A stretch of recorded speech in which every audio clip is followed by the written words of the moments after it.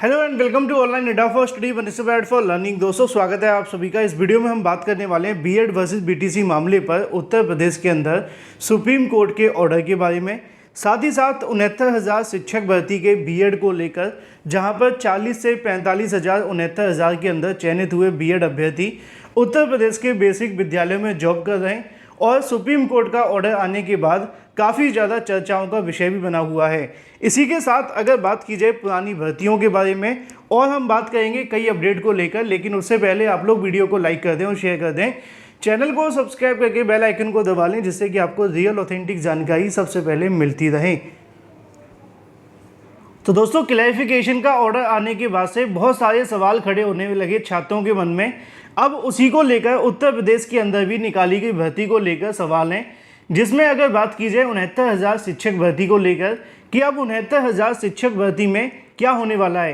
क्या 69,000 के अंदर चयनित हुए बीएड अभ्यर्थी सेफ हैं, या उनके ऊपर अभी भी कोई खतरा है, या इसके अलावा जो पुरानी भर्तियां देखने के लिए मिली हैं अब उसमें क्या होगा। क्योंकि क्लैरिफिकेशन जो दाखिल किया गया था वेस्ट बंगाल की तरफ से, उनकी कोशिश ये थी कि कोर्ट इसके बारे में कोई डायरेक्शन दे दे कि इस आदेश को कैसे फॉलो करना है, कब से फॉलो करना है। लेकिन आप जानते हैं क्लैरिफिकेशन के अंदर रजिस्ट्रार के माध्यम से उस याचिका को डिस्पोज कर दिया गया और सुप्रीम कोर्ट ऑफ इंडिया की उस लाइन को बताया जिसमें सुप्रीम कोर्ट ये कहती है कि कोई आदेश तब तक मान्य है जब तक वो रद्द नहीं हो जाता। बहुत सारे छात्रों के मन में इस बात को लेकर कन्फ्यूजन है कि जो आदेश रद्द किया गया था वो कब हुआ था। तो यहाँ पे आपके सामने दो तारीखें देखने के लिए मिलती हैं। एक होती है 25/11/2021, जो कि राजस्थान हाईकोर्ट की तरफ से थी। बाद में इसी आदेश को अपहेल्ड कर दिया गया था सुप्रीम कोर्ट ऑफ इंडिया ने 11 अगस्त 2023 को। यानी कि अगर राजस्थान कोई आदेश दे देती है तो यहाँ पे उसके बाद से सभी राज्यों के अंदर पूरे देश में इसकी जानकारी हो जाए, ये एक आम बात नहीं है। क्योंकि जब कोई स्टेट की तरफ से या फिर स्टेट हाईकोर्ट की तरफ से आदेश दिया जाता है वो इतना चर्चाओं का विषय नहीं बनता, और यही वजह देखने के लिए मिली। जब उसका आदेश आया तो बीएड को लेकर ज़्यादा कोई जानकारी छात्रों को नहीं मिली, लेकिन जैसे ही सुप्रीम कोर्ट ऑफ इंडिया का आदेश आता है उसके बाद एनसीटीई अपनी ओर से उस आदेश को सभी राज्यों में सर्कुलेट कर देती है, जिससे कि वहाँ के राज्य भी इस आदेश के बारे में जानकारी ले लें अगर किसी को नहीं मिली हो तो। लेकिन अब सवाल ये है कि उत्तर प्रदेश के अंदर सुप्रीम कोर्ट के आदेश को लेकर क्या प्रभाव पड़ेगा। चूँकि उत्तर प्रदेश में कोई नई शिक्षक भर्ती तो निकली नहीं है, जो भर्ती निकली थी वो 69,000 थी, और उसमें बीएड करने वाले अभ्यर्थी भी चयनित हुए थे लगभग 40 से 45,000। अब जो क्लैरिफिकेशन को लेकर डिस्पोज करते हुए ऑर्डर दिया गया है वो एक ऑर्डर नहीं, सिर्फ आपको समझाने के लिए जानकारी दे दी है, क्योंकि उसमें और भी कई मांगे रखी गई थी सुनवाई के लिए। उन्होंने उसको डिसमिस कर दिया कि भाई इस मुद्दे पे हम दोबारा से सुनवाई नहीं करवा सकते हैं, जो कि एक लॉ के खिलाफ है, कानून के खिलाफ है, और इसी मुद्दे को ध्यान में रखते हुए याचिका को डिस्पोज कर दिया। लेकिन जो क्लैरिफिकेशन चाहिए था वो अभी भी कहीं ना कहीं लटका हुआ है। ऑर्डर कब से लागू होगा कब से नहीं, इसको लेकर दो तारीखें मैंने आप सभी को बताकर रखी हुई हैं, लेकिन ये अभी कंफर्म नहीं है जब तक सुप्रीम कोर्ट ऑफ इंडिया इसको लेकर एक क्लैरिफिकेशन पे आदेश नहीं दे देगी। चूंकि जो क्लैरिफिकेशन दाखिल हुआ था उसमें गलत तथ्य रखे गए थे, ओपन कोर्ट के अंदर सुनवाई की मांग की गई थी, जिसकी वजह से कोर्ट ने, रजिस्ट्री ने उसको डिस्पोज कर दिया। मुद्दे पर आ जाते हैं 69,000 को लेकर। 69,000 शिक्षक भर्ती के अंदर 40 से 45,000 बीएड करने वाले अभ्यर्थी चयनित हुए। अब इनको लेकर सवाल ये है कि क्या ये उत्तर प्रदेश के अंदर सेफ हैं, या अभी इनके ऊपर कोई खतरा है। तो देखो, इनके लिए एक सबसे नेगेटिव पॉइंट क्या है वो आपको समझ लेना चाहिए। 69,000 शिक्षक भर्ती में जब बीएड को सम्मिलित किया गया था उस समय एनसीटीई ने जो नोटिस जारी किया था उसी को राज्य सरकार ने फॉलो कर लिया। अब राज्य सरकार ने जब इसको फॉलो किया तो उसमें उन्होंने एक शर्त तो मान ली कि बीएड को प्राइमरी में एलिजिबल किया जाएगा, लेकिन दूसरी शर्त को मानने में सरकार ने बहुत ज़्यादा लंबा समय लगा दिया, और या फिर यूँ कहें कि अभी तक उसको माना भी नहीं है। और वो ये है कि 69,000 शिक्षक भर्ती के अंदर अभी तक बीएड करने वाले अभ्यर्थियों को ब्रिज कोर्स नहीं करवाया गया। अब सरकार इस पर हाईकोर्ट का बहाना लगा सकती है, कोरोना का बहाना लगा सकती है, ऐसे तो बहुत सारी चीज़ें आती हैं जाती हैं, लेकिन एक टाइम लिमिट देखने के लिए मिलती है जो कि पूरी हो जानी चाहिए थी सुप्रीम कोर्ट के ऑर्डर के अनुसार, जो कि 2022 में ही ख़त्म हो गई थी। और जो भी समस्याएं आपको देखने के लिए मिली वो 23 में होती हैं। अब मुद्दे की बात यह है कि 69,000 शिक्षक भर्ती के अंदर जो नेगेटिव पॉइंट है वो बेज कोर्स का है। बेज कोर्स को लेकर आकाश पटेल की एक याचिका पहले से लगी हुई है, जिसमें इस मामले पर हाईकोर्ट में सुनवाई होनी है और उसके अंदर ये डिसाइड होगा कि जो बीएड करने वाले अभ्यर्थियों को बेज कोर्स में देरी की जा रही है उसका क्या खामियाजा भुगतना पड़ेगा सरकार को। ठीक है, फिलहाल बीएड का क्या होगा क्या नहीं ये तो हाईकोर्ट में बाद में डिसाइड होगा, लेकिन पहले बेज कोर्स को लेकर बहस की जाएगी, जिसमें निश्चित तौर पर सरकार को फटकार लगेगी। हालांकि सरकार के पास कई ऐसे बहाने उपलब्ध हैं, वो चाहे तो लगा सकते हैं, लेकिन उनसे ज़्यादा काम नहीं चलेगा। पहला नेगेटिव पॉइंट ये है। दूसरा, 69,000 शिक्षक भर्ती के अंदर क्या है, दूसरा ये होता है कि अगर आदेश को किसी तारीख से लागू कर दिया जाता है, फॉर एग्जांपल मैंने आप सभी के लिए दोपहर में एक वीडियो बनाया था, एक 2021 की तारीख मैंने आपको बताई थी, एक 2023 की बताई थी। अगर इन तारीखों से सुप्रीम कोर्ट ऑफ इंडिया का ऑर्डर लागू होता है तो 69,000 शिक्षक भर्ती में बीएड करने वाले अभ्यर्थी काफ़ी हद तक सेफ हो जाएंगे, क्योंकि इन तारीखों से तो पहले 69,000 शिक्षक भर्ती का विज्ञापन निकाला गया था। पहला पॉइंट। दूसरा पॉइंट ये है कि 69,000 शिक्षक भर्ती को लेकर पहले से ही बीएड अभ्यर्थियों को चैलेंज करके रखा हुआ है। वो बात अलग है कि जब 69,000 शिक्षक भर्ती का विज्ञापन निकाला गया, अभ्यर्थी परीक्षा देते हैं और कट ऑफ लगा दिया जाता है, तब तक बीएड करने वाले अभ्यर्थियों को चैलेंज नहीं किया गया था और ये उनके लिए एक पॉजिटिव पॉइंट देखने के लिए मिला था जब सुप्रीम कोर्ट में मामला चल रहा था और बीएड को राहत दे दी गई थी। लेकिन चूंकि बीएड को वहाँ पहले से चैलेंज नहीं किया गया था तो बीएड को कोई नुकसान नहीं हुआ था उस समय कट ऑफ मुद्दे को लेकर।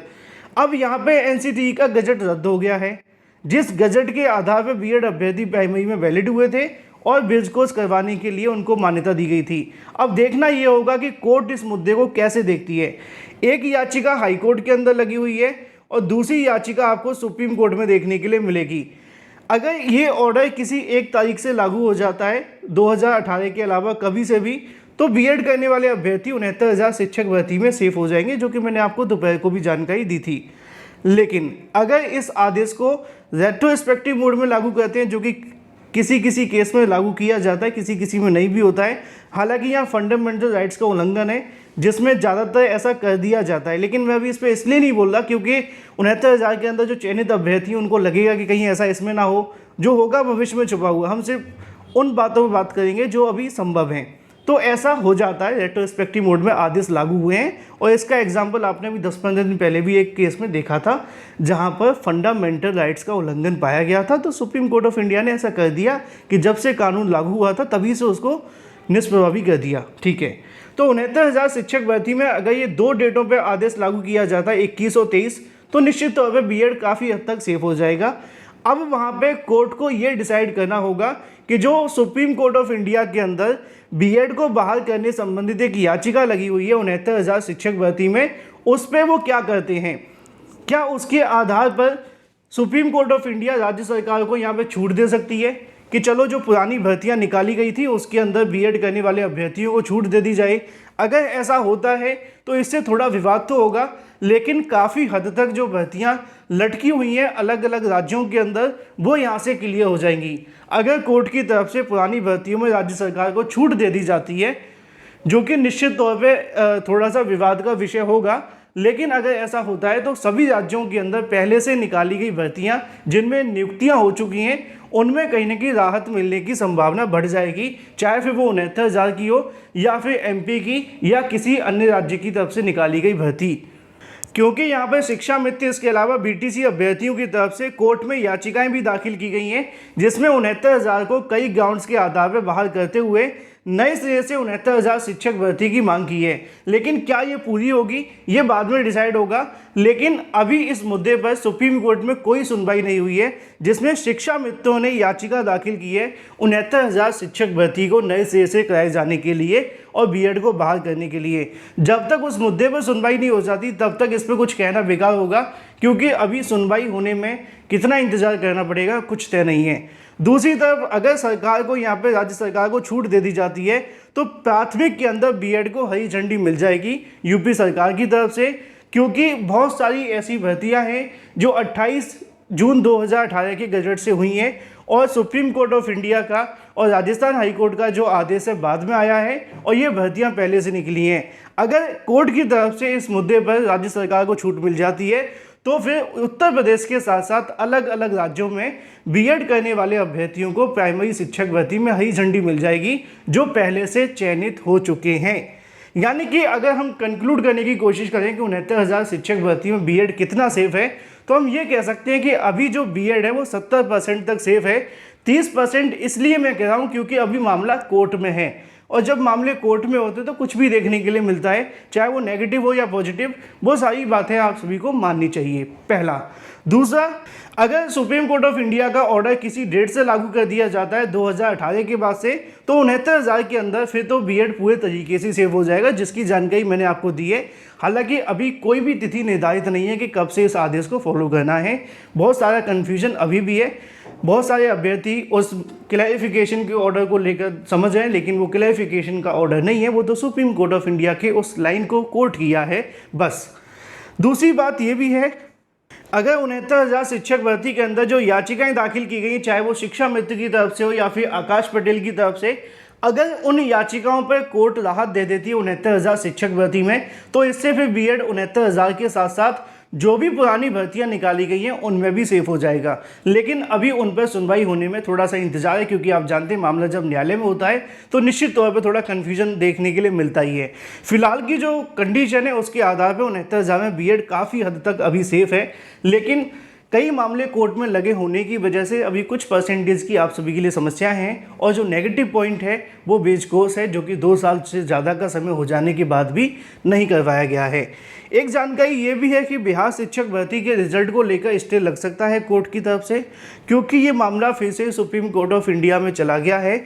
जानकारी देखने के लिए मिली है कि अभ्यर्थियों ने फिर से एक याचिका दाखिल कर दी है बिहार शिक्षक भर्ती को लेकर, जिस पर जल्द आपको सुनवाई देखने के लिए मिलेगी। कोई भी अपडेट निकलेगी सबसे पहले जानकारी आपको इसी चैनल से दी जाएगी। चैनल को सब्सक्राइब करके बेल आइकन को दबा लें और वीडियो को लाइक कर दें। Thank you for watching this video.